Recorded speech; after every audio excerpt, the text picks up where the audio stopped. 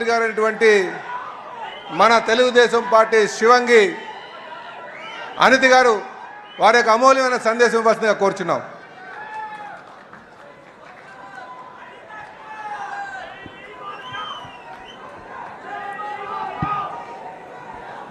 అందరికీ నమస్కారం. జై తెలుగుదేశం. ఈ మాట వింటేనే నీతి నిజాయితీ కలిగిన తెలుగుదేశం పార్టీ గుండెలు ఉప్పొంగాల, అవినీతి పార్టీలో కూరుకుపోయిన మనుషులకి గుండెలో రైళ్లు పరిగెట్టాలా. అదే నినాదం అంటే మరొక్కసారి జై తెలుగుదేశం.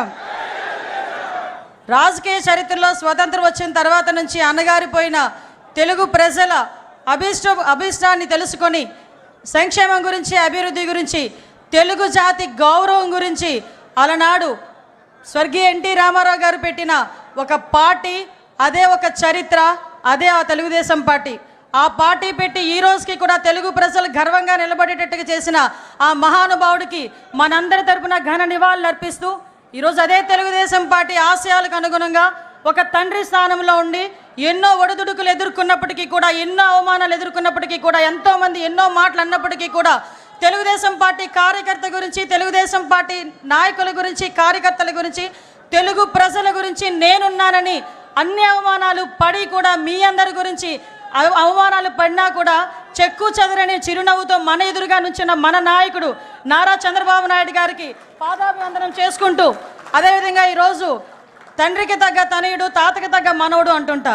మొన్నైతే తండ్రికి తగ్గ తనయుడని చాలా సందర్భాల్లో నేను నిరూపించిన నా సోదరుడు లోకేష్ బాబు గారు మొన్న మానవత్వం, తెలుగుదేశం పార్టీ అంటేనే మానవత్వంతో కూడిన పార్టీ అని తాతకి తగ్గ తనయుడిగా మొన్ననే నిరూపించిన తన సొంత ఖర్చులతో అవయవ దానం చేసిన ఒక గుండె మార్పిడి విషయంలో ముందుకొచ్చి నడిపించిన వ్యక్తి నా సోదరుడు అని గర్వంగా చెప్పుకునే మా జాతీయ ప్రధాన కార్యదర్శి నారా లోకేష్ బాబు గారికి, అదేవిధంగా రాష్ట్ర పార్టీ అధ్యక్షులు పల్లా శ్రీనివాసరావు గారికి, ముఖ్యంగా ఈ వేదికను అలంకరించిన అతిరథ మహారథులు. ఇందులో నేను చాలా చిన్నదాన్ని, ఎందుకంటే 83వ సంవత్సరం నుంచి కూడా తెలుగుదేశం పార్టీ గురించి ఎన్నో త్యాగాలు చేసి ఈ రోజుకి ఇక్కడికి తెలుగుదేశం పార్టీ ఉంటే మనం ఉన్నామనుకునే విధంగా ఉన్న తెలుగుదేశం పార్టీ నాయకులందరికీ కూడా మరొకసారి శిరస్సు వంచి పాదాభివందనం చేస్తూ, తెలుగుదేశం పార్టీ కార్యకర్త, నా కోసం పుట్టిన పార్టీ, నా జాతి కోసం పుట్టిన పార్టీ, నా కుటుంబం కోసం పుట్టిన పార్టీ, ఈ పార్టీ జెండా ఎన్ని ఒడిదుడుకులున్నా కూడా కిందన పడకూడదు అని, పడే సందర్భం వచ్చినా కూడా కిందన పడనివ్వకుండా రెండు చేతులతో ఒడిసి పట్టుకొని ధైర్యంగా గుండె నిబ్బరం చేసుకొని గుండెని చీల్చుకుంటూ బయటకు వచ్చిన జెండాను పట్టుకున్న ప్రతి కార్యకర్తకి కూడా పేరు పేరున శిరస్సు వంచి పాదాభివందనం చేస్తున్నా. ఎందుకంటే ఈరోజు తెలుగుదేశం పార్టీ బలగం తెలుగుదేశం పార్టీ కార్యకర్తలే. ప్రతిసారి తెలుగుదేశం పార్టీ అధినాయకుడు మా నారా చంద్రబాబు నాయుడు గారు చెప్తుంటే ఒక్కొక్కసారి నాకు 12 సంవత్సరాల రాజకీయ అనుభవం, ఈ రాజకీయ అనుభవంలో చూసిన సందర్భాలు చాలా ఉన్నాయి. మేము పార్టీ క్యాన్వాసింగ్కి వెళ్ళినా, ఎక్కడికైనా మీటింగ్కి వెళ్ళినా పెద్దవాళ్ళు 2-3 వచ్చి ఏదైనా పెన్షన్ అడుగుతారేమో, లేకపోతే ఏదైనా హౌసింగ్ స్కీమ్ అడుగుతారేమో అనుకుంటే నా దగ్గరకు వచ్చి చాలా సందర్భాలు, అమ్మ పార్టీ జెండా ఇవ్వమ్మా, మా ఇంటికి కట్టుకుంటానని చెప్పి ఇన్న సందర్భాలు కూడా చాలా ఉన్నాయి. అటువంటి మహానుభావులు అందరూ ఉండబట్టే 43 సంవత్సరాలుగా ఎన్నో ఒడిదుడుకులు ఎదుర్కొన్నా కూడా ఈరోజు పార్టీ నిలబెట్టుకోగలుగుతున్నాం. ముఖ్యంగా తండ్రి స్థానంలో ఉన్నారని ఎందుకు మాట్లాడుతున్నానంటే గౌరవ చంద్రబాబు నాయుడు గారి గురించి. ఏదైతే పార్టీ ఈరోజు మన సిద్ధాంతం పేదరిక నిర్మూలన అని మన సిద్ధాంతం. నేను కమ్యూనిస్ట్ని కాదు, నేను సోషలిస్ట్ని కాదు, నేను హ్యుమానిస్ట్ని అని చెప్పి ఆ రోజు ఎన్టీ రామారావు గారు చెప్పిన సందర్భం నుంచి ఈ రోజుకి నేను అదే విధంగా ఉంటాను అని చెప్పి ఈరోజు నీతిగా, నిజాయితీగా తెలుగు రాష్ట్ర ప్రజలు ప్రపంచవ్యాప్తంగా గర్వపడేలా ఈరోజు ముందుకి విజనరీతో నడిపిస్తున్న నాయకుడు. ఈ సందర్భంగా మనందరికీ కూడా ఒక విషయం చెప్పాలి. 1998లోనే అమెరికాలోని ఇలినాయిస్ గవర్నర్ జిమ్ హెడ్లర్ గారు చంద్రబాబు నాయుడు గారి గౌరవార్థం సెప్టెంబర్ 24న నాయుడు డేగా ప్రకటించిన సంగతి ఇక్కడున్న చాలా మందికి తెలియకపోవచ్చు. ఈరోజు చాలా గర్వపడుతున్నా. అటువంటి నాయకుడు నాయకత్వంలో ఈరోజు ఒక తెలుగుదేశం పార్టీ కార్యకర్తగా నించున్నా కూడా అది జీవితానికి పరమార్థమే అన్న విషయాన్ని ఈరోజు నేను గర్వంగా చెప్పగలుగుతున్నా.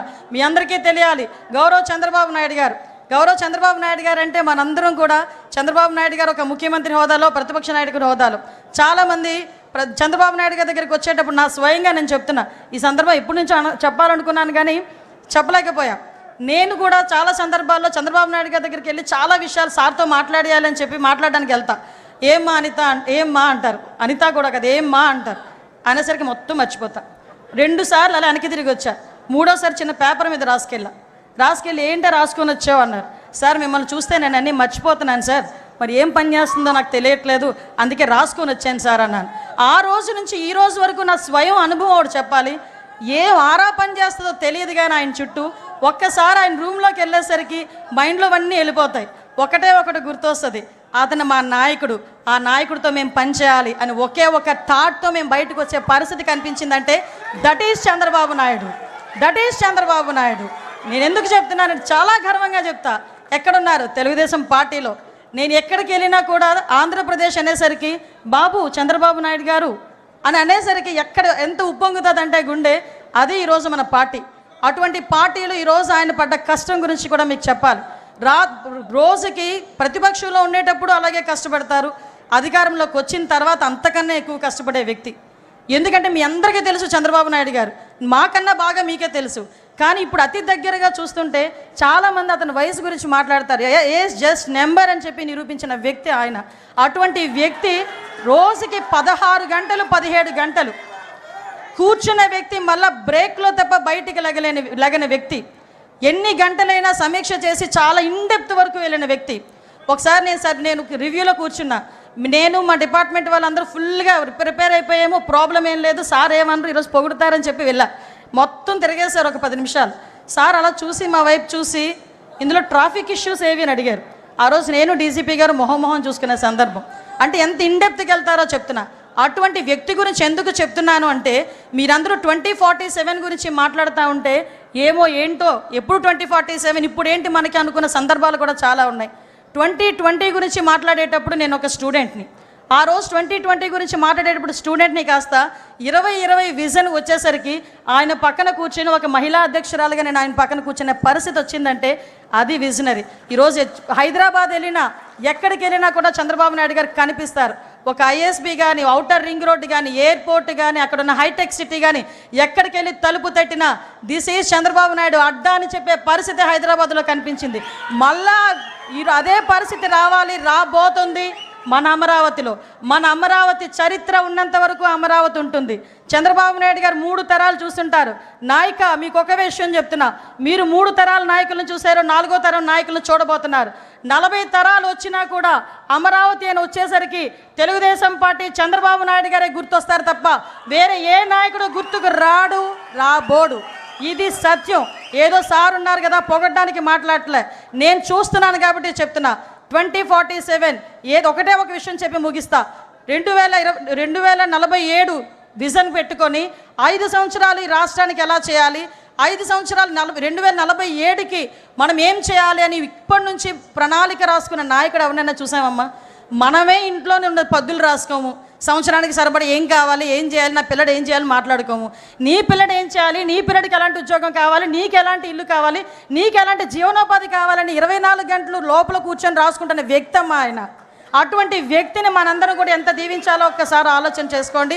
ఈ పేదరిక నిర్మూలనే ప్రధాన ధ్యేయంగా పుట్టిన తెలుగుదేశం పార్టీకి నిజంగా మణిహారం మన చంద్రబాబు నాయుడు గారు. ఎందుకు చెప్తున్నానంటే మన సీఎం గారి గురించి, ఈ రేపు 2047 ఉగాది రోజున 2047 విజన్ ప్రకారం పేదరిక నిర్మూలనే ధ్యేయంగా, తలసరి ఆదాయం పెరగటమే ధ్యేయంగా 20 లక్షల కుటుంబాలకి చేయూతగానిచ్చే విధంగా రేపు 2047 P4 విధానాన్ని ప్రవేశపెట్టడం.